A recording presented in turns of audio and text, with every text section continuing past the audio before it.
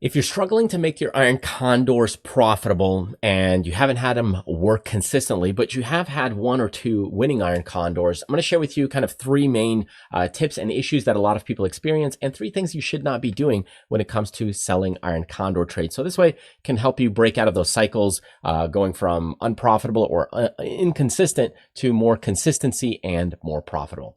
Now, if you're brand new here, I'm Sasha, the options coach. Been teaching people to trade options over the last 10 years and longer. And we've done a lot of classes on Iron Condors, one of the latest ones here over here. Now, you'll be watching this video later in the future at some point whenever we schedule it.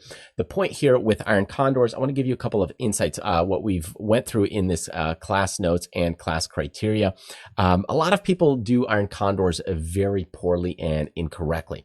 Now, when they look at Iron Condors, one of the biggest issues is that they're going in and selling only Iron Condors in one ticker.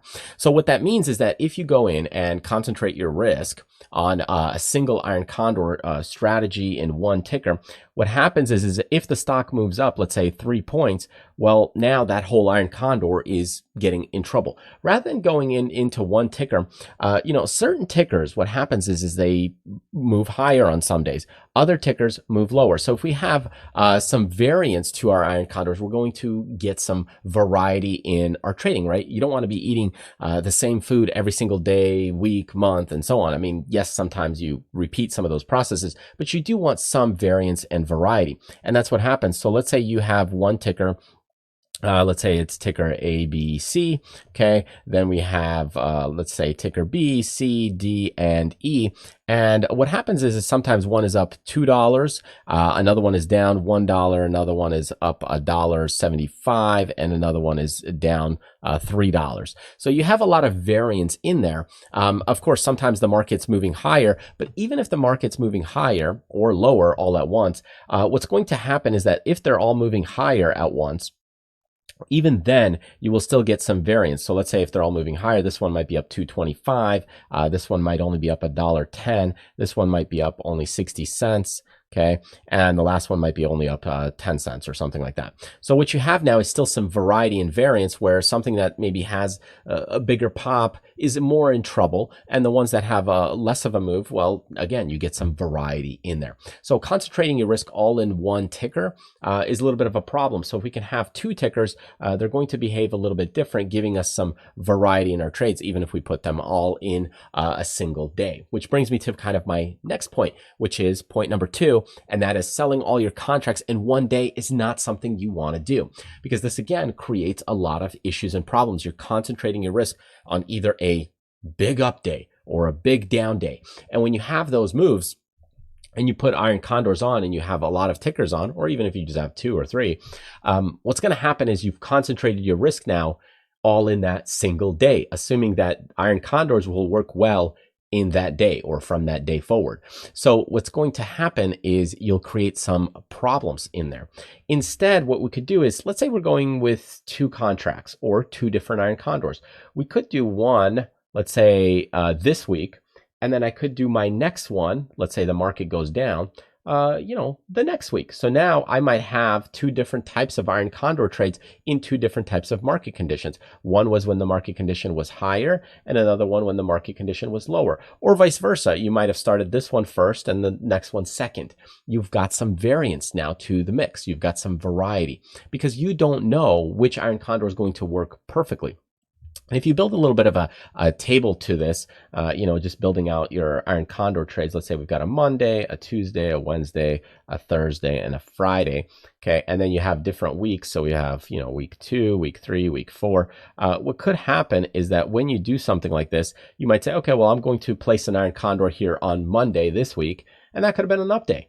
And then the next week, I might just do it on a Wednesday, but I just need to do one a week. And then the next week after that, I do a Tuesday. It gets some randomness into it, and that's fine. And what you'll have is this Monday, this first Iron Condor will start coming off maybe a little bit later, a couple weeks later, whereas the second one, is starting to mature. It's almost ready to take off, but it's not there. And this is what you want to do is, like, with time, you're going to create this cycle of rotation where these condors are kind of coming off, and then you're placing the next one on. So if you do it all in one day, it's kind of a little bit of a problem. All right, let's go to point number 3, and that is selling all Iron Condors in a single expiration or strike. So not only do you want to do it on different days, not only do you want to do it on different tickers, but you also want to do it on different expirations. And sometimes when you go in, and let's say we have this Iron Condor where we're selling something at the 70 and 85. So we're going to have a nice wide Iron Condor right here. Okay, so now that we have this big, giant Iron Condor, okay, if we go in and have something sold like this, we also want to mix your strikes and expirations, because if this is a 30-day, I don't want to place all my money in the 30-day. It also means that if I go in on a different day, and let's say day 30 and then day 29, I'm ready to place my next Iron Condor. If price hasn't moved, I can't put the next Iron Condor on, because what's going to happen is that if I place the next Iron Condor, my strike difference might only be at, let's say, 72, and right here. It actually is functioning like almost the same Iron Condor because the strikes are too close together. It's, yes, there's one strike apart, but it's really behaving very similarly. What you want is some price variance. And what you don't want is also the same risk in the same expiration. So instead, what we would prefer is we might place a 30-day Iron Condor on. And even if we're ready in a couple days to place the next one, my next one might be like a 39 or a 42-day Iron Condor, but I also need some price variance so the strikes are a little bit different. Let's say it starts now at the 77 or something like that.